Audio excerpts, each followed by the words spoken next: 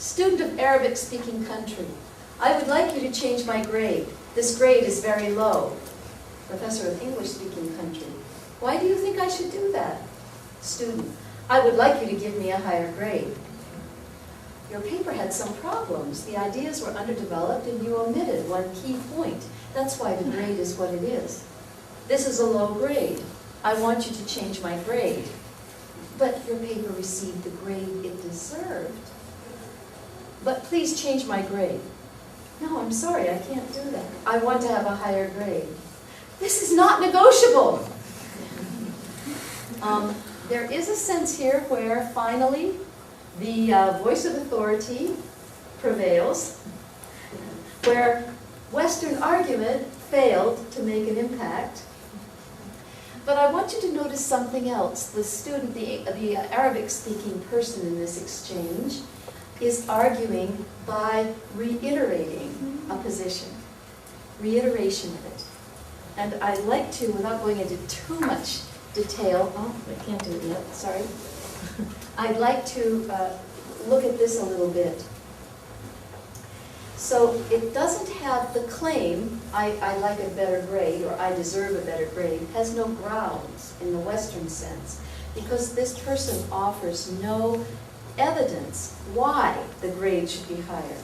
Merely a reiterated request or statement, I want a higher grade, is essentially what's underneath it.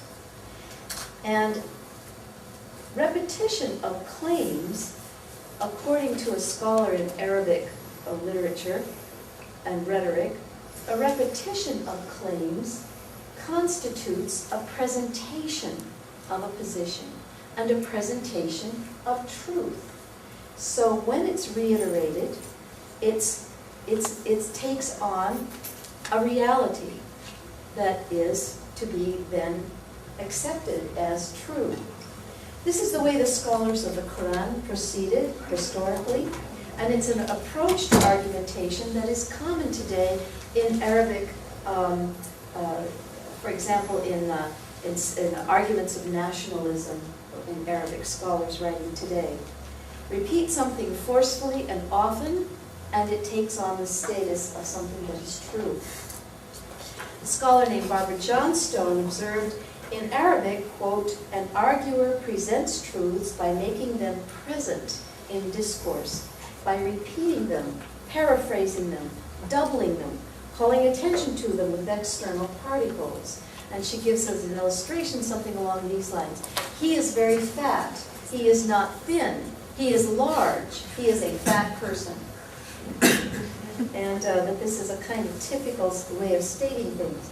She says Arabic utterance persuades by making its argumentative claims linguistically present, by repeating them and so on, paraphrasing them and clothing them in recurring structural cadences. So repetition is a key to understanding what makes sense in Arabic-speaking argumentation. Now I'm going to turn to my last culture, and it's a little less involved, and that is Japanese. I spent a total of 3.5 months in Japan over the last few months, and Jackie was there before me, so I can't say that this is an extremely profound encounter or long-term encounter, but I found it fascinating, and I learned a lot. I learned, first of all, that there were definite differences in the way people construct a case, present the way things add up and make sense. Very different from any I had seen before. So we know that in the classical Greek, ancient Greeks were considered questions about the nature of something as interesting. And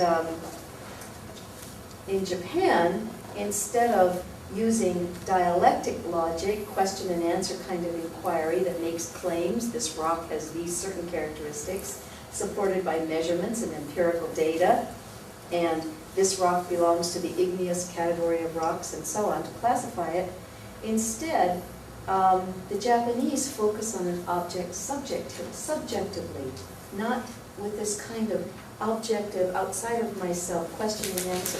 So for example, a Japanese might look at a rock and say, it reminds me of an island. Or this rock is like a mountain. And in a sense, it goes back to an old intercultural teaching tool where you say there is always a connection between things. You have items, and when you learn or try to analyze one, because of the connections between them, you'll get some kind of vibrations among them. And you see that they're all kind of interrelated.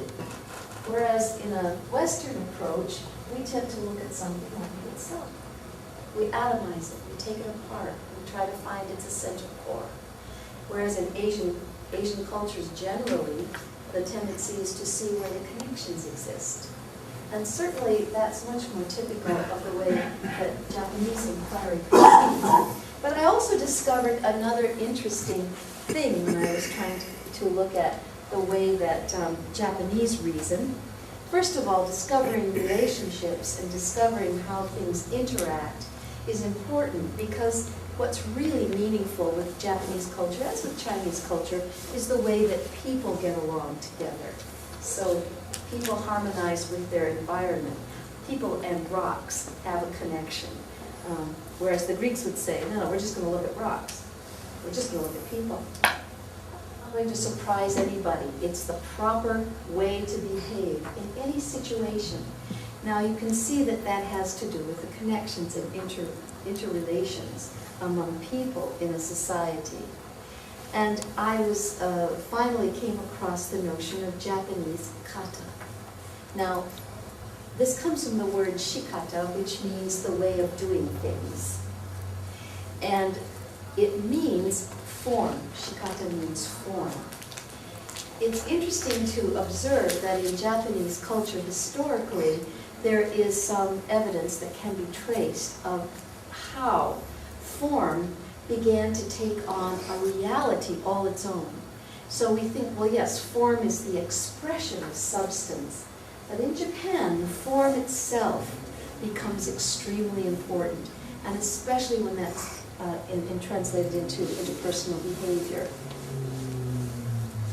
In Japan, from maybe 1,000 years ago forward, observing form was equated with morality. To be a good person, you need to be sure you observe form. And also, it became equated with being Japanese. Observing certain forms is being Japanese, appropriate Japanese. Conversely, if you fail to observe certain form, you are not adequately Japanese. Japanese culture, the time frame we've been looking at, about 300 BC was the rise of the Yamato court. Before that time, Japan probably was populated by a number of farmers that were extended families, large, almost tribal groups that farmed in various places. But around 300 BC, one family clan began to be dominant, and it began the Yamato court. Over the next 1,000 years, the rules of behavior became more and more inflexible. And although clans went to war with each other to determine who was the dominant clan, the rules of behavior didn't change. They stayed the same. It was just another clan would come in and make the rules stick.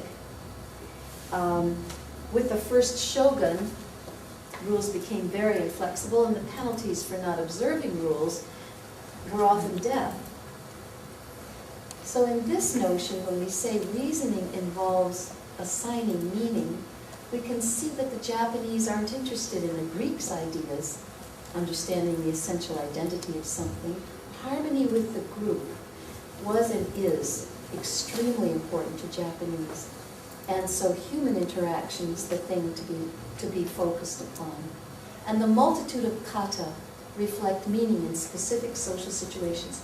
So there's a kata for the way you drink tea, and a kata for the way you pour tea, and a kata for the way you sit, and all kinds of behavioral rules. And I just want to tell you very briefly, see you're standing there, about one that I encountered I think will entertain you, the kata of the recruit suit.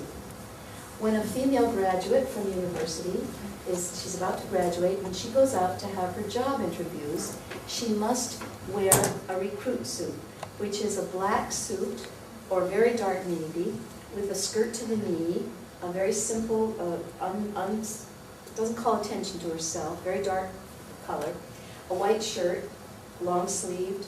The kind of collar might vary from the type of company she's interviewing with, but she will go to the department store, to the recruit suit department, and get some consultation about exactly which collar is appropriate for the company she's interviewing with. And she will also be given advice about the shoes she should wear, a lowish heel, no colored stockings, and about her handbag.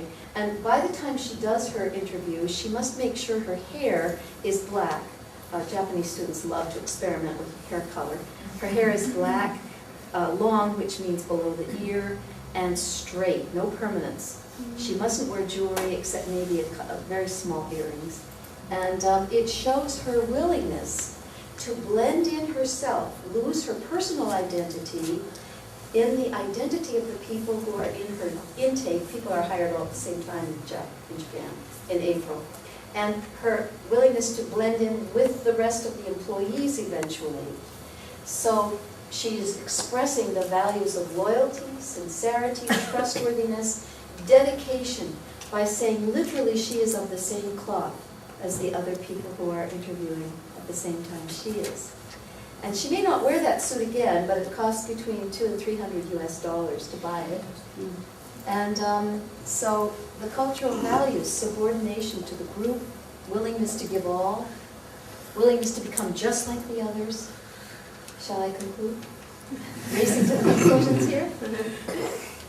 What I've tried to show clearly is that there are various ways of reasoning that baffle people who aren't members of that culture. We tend to dismiss as unreason what doesn't conform to our idea. Yet for every culture, reasoning is valid within its own cultural contexts. And as intercultural communication persons, obviously this first step is to acknowledge that another person's way of reasoning may be perfectly valid. Thank you very much.